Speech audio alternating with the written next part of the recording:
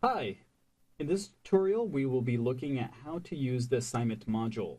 Now, this particular module allows teachers to collect homework, audio recordings, and provide feedback and grades to their students. For this particular example, I will be adding an assignment module for an intercultural essay assignment in a GPF class. So with an assignment module, students can upload any digital content, such as PDF, Word documents, audio files, and more. And there's even an option that allows students to record directly into their browser, which I will show you here shortly. But for now, let's go ahead and add an assignment module. So when you're on your course page, you're going to go on the very top and click Turn Editing On.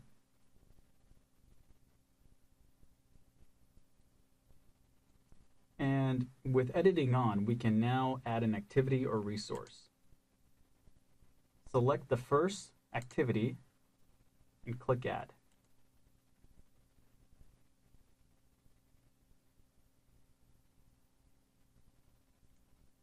Now I'm going to name this Testing for Assignment Module. The description is where you will attach your content. So for the sake of this example, I'm going to pull an old intercultural essay assignment from an older GPF class and attach it here.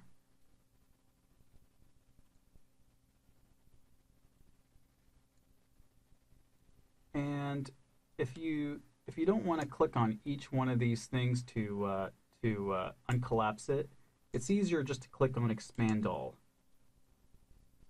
And from here, we can go through each feature one by one. Now first, I seem to have skipped one. Display description on course page. With this selected, the student can always see what their assignment is going to be. They can see the description, regardless whether the availability is valid or not. So we always want to keep this unchecked unless you want your student to know what they're going to be worked on in advance. So let's say you want this assignment due tomorrow. Today is the 2nd of September. So for the due date, I will say September 3rd, let's say 2000.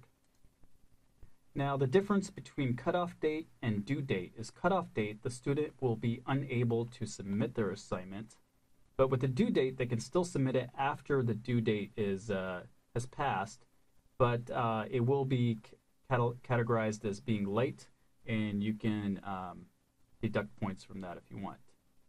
So let's put a due date for the same day. Let's make it 2200. You can click on this if you want the student to know when their assignment module will be due. And submission types. Now, online audio recording, if you want your student to give you a recording, you can click on that, and then there will be that will enable them to record directly into the browser. You don't need online Moodle turned on. We don't use that feature. But I like to leave file submissions turned on, because if a student is experiencing difficulties recording directly into the browser, or they have an outdated browser, or they have like Norton antivirus that's giving them conflictions, they can still manually upload their audio assignment by using like Windows Recorder and then uploading it manually. So this allows you to determine how many assignments they can upload. And let's leave it at 1 just for the sake of this example. And this example does not need anything audio related, but it does need a file submission since they will be turning in a Word document.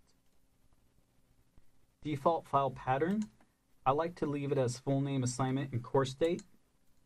And I don't want the students to change the file name.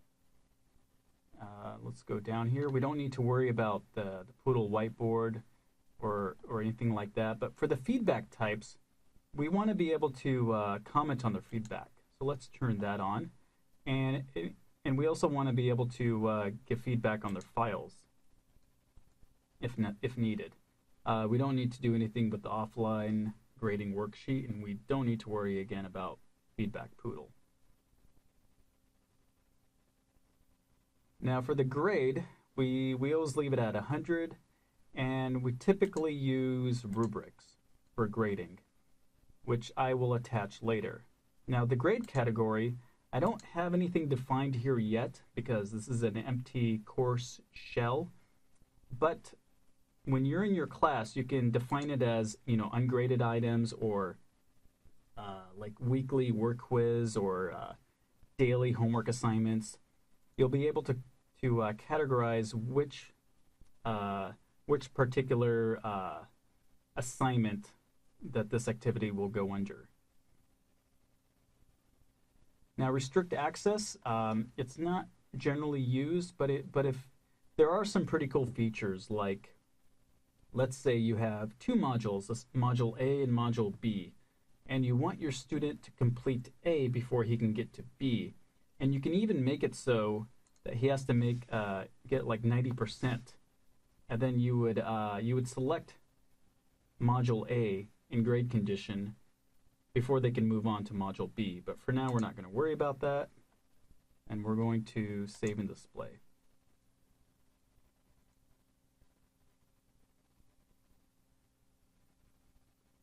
Now, this is where we define our rubric. We're going to create a new grading form from a template.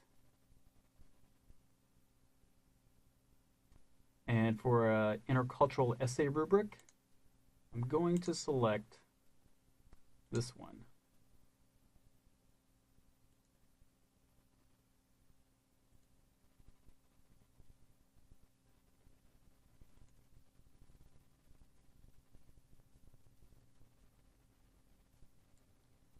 Now that the rubric has been attached, the instructor can grade based off these rubrics. And that is all. We can go back to our assignment module and take a look at it here.